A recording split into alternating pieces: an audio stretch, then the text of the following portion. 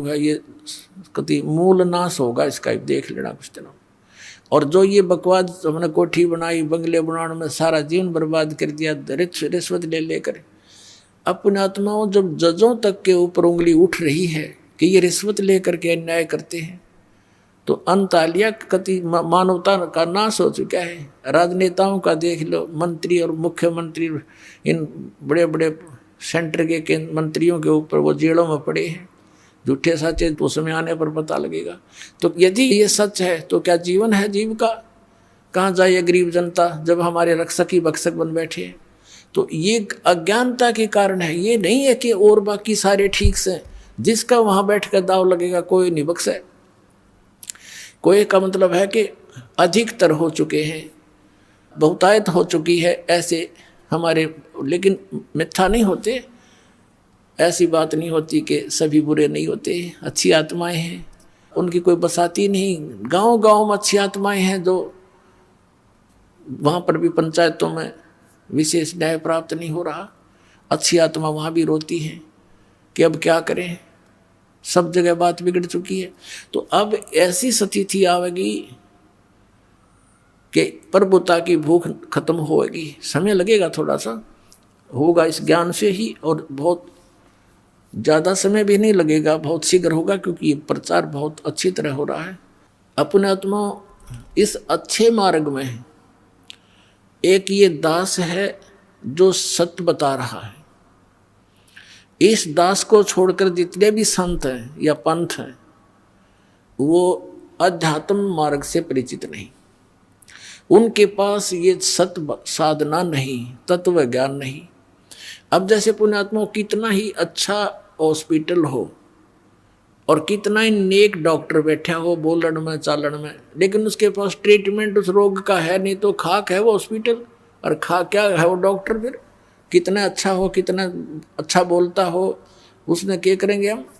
तो कहने का भाव ये है कि ये जो जड़ी है जन्म और मरण के रोग का नाश करने की, ये सतनाम है। सतनाम 2 अक्षर का है, जिसमें एक ओम है और एक तत्सांकेतिक है, और फिर एक आदि नाम जिसको सार नाम कहते हैं। और प्रथम ये मंत्र जो 7 नाम आपको दिए जाते हैं, जिनमें बीच में 5 नाम हैं, और ये कंप्लीट कोर्स अब स्टार्ट करना था। परमात्मा ने कहा था कबीर साहब ने धर्मदास जी से कि धर्मदास तो 1,00,000 दोहाई, और ये सार शब्द की दबार न जाई। ये सार शब्द बार जो पढ़ी बिचली पीढ़ी हंस नीतर ही। फिर क्या बताया दूसरे अध्याय में कि धर्मदास मोरी 1,00,000 दोहाई, ये मूल ज्ञान की दबार ना जाई। मूल ज्ञान बार जो पढ़ी, ये बिचली पीढ़ी हंसनी तरही। इस मूल ज्ञान को तू तब तक छुपाई जब तक 12 पंथ ना मिट जाए। अब अभी तक इसको छुपा के रखना था, ये मंत्र भी नहीं सार्वजनिक करने थे। आदरणीय नानक साहिब जी को भगवान मिले बेई नदी पर एक जिंदा महात्मा के रूप में, सचखंड लेकर गए। इसी तरह आदरणीय गरीबदास साहिब जी को मिले थे गांव छुडानी जिला झज्जर हरियाणा में। ऐसे ही आदरणीय गीसा दास साहिब जी को मिले थे गांव खेखड़ा जिला मेरठ उत्तर प्रदेश में। ऐसे आदरणीय दादू साहिब जी को मिले थे। ऐसे आदरणीय मरुगदास जी को मिले थे। ऐसे ही आदरणीय धर्मदास साहिब जी को मिले थे जिंदा महात्मा के रूप में। इनको सचखंड लेकर गए थे, फिर इनको वापस छोड़ा था, और इन सबको कह दिया था कि अभी इस सतनाम का तुम तो जाप करो, लेकिन अभी किसी को बताना नहीं। आप जी को दिखाया था कि भाई बाले वाली जन्म साखी में, समुद्र की साखी में आदरणीय नानक साहिब जी स्वयं तो उस 2 अक्षर के मंत्र सतनाम का जाप कर रहे थे, लेकिन अपने शिष्य बाला और मर्दाना को कहा था तुम तो वाहे गुरु जपो। अब क्यों कहा था?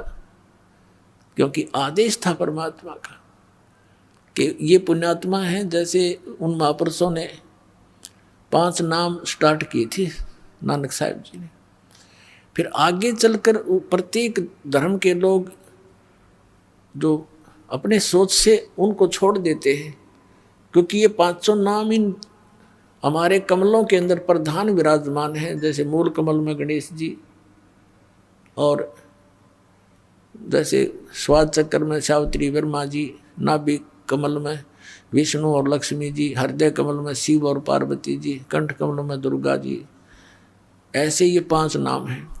तो इन सब ने यूँ सोचा भी हमारे गुरुजी तो बात तो करते हैं सचखंड सतलोक की बताते थे वो तो, और तुम इन देवताओं की पूजाएं बताती हो। तो फिर उन्होंने इन पूजाओं को त्याग दिया और फिर केवल एक जो नानक साहब ने कहा था वाहे गुरु जाप करो, एक ओंकार कर्ता पुरुष निर्भव, ये पूरा सतनाम, ये महिमा है भगवान की। जैसे गायत्री मंत्र बना रखा है हिंदुओं ने, वैसे तो उसके सामने ओम मंत्र नहीं लगाना चाहिए, क्योंकि ये यजुर्वेद अध्याय नंबर 36 का मंत्र 3 है, इसमें ओम नहीं लगा है। इन्होंने अपनी सोच से जैसा बना रखा, अब विषय दूसरा, इसलिए यहाँ आगे नहीं बढ़ाएंगे इसको। तो वहाँ नानक साहब जी स्वयं तो वो सतनाम का जाप कर रहे हैं और शिष्यों को बना कर रहे हैं, और साथ में सार्वजनिक भी कर दिया कि कोई आने वाला इस समय के लिए कि हमें फिर पहचान जाएंगे कौन सा मंत्र है वो 2 अक्षर का और जिससे मोक्ष हो सकता है।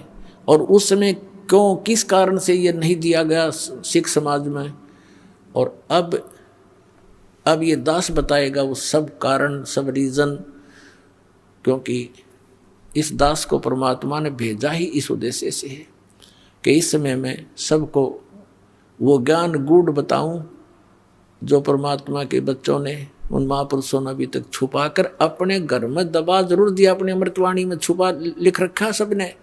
जैसे आदरणीय नानक साहिब जी ने प्राण संग्रही बनाई थी एक पुस्तक, और उसको सिंगल द्वीप के राजा शिवनाभ से कह दिया था कि ये मेरा शरीर समझ लेना, मैं आपका गुरु हूँ। गुरु को कितना आदरणीय रखा जाता है, तो ये मेरा शरीर समझ लेना जो मैं प्राण संग्रही यानी एक ग्रंथ लिखकर आपको दे रहा हूँ, जिसके अंदर सारा भेद था। ये 2 मंत्र का अक्षर का मंत्र भी उसमें क्लियर लिखा था, उसकी वे ऑफ वर्शिप भी लिखी थी। तो 5वें गुरु अर्जुन देव जी को जब लगे ग्रंथ साहब की सब वाणियों को इकट्ठा करके जल्द बनाने में, ये ग्रंथ साहब बनाने लगे, तो वो भी देखा उन्होंने मंगा करके शिवनाभ राजा से, लेकिन उसके अंदर वो मंत्र जाप था 2 अक्षर का, जिसको समुद्र की साखी में नानक साहब जी जाप कर रहे थे, और मर्दाना ने भी वो गलती से जाप करना शुरू कर दिया था, वो डूबने लगा।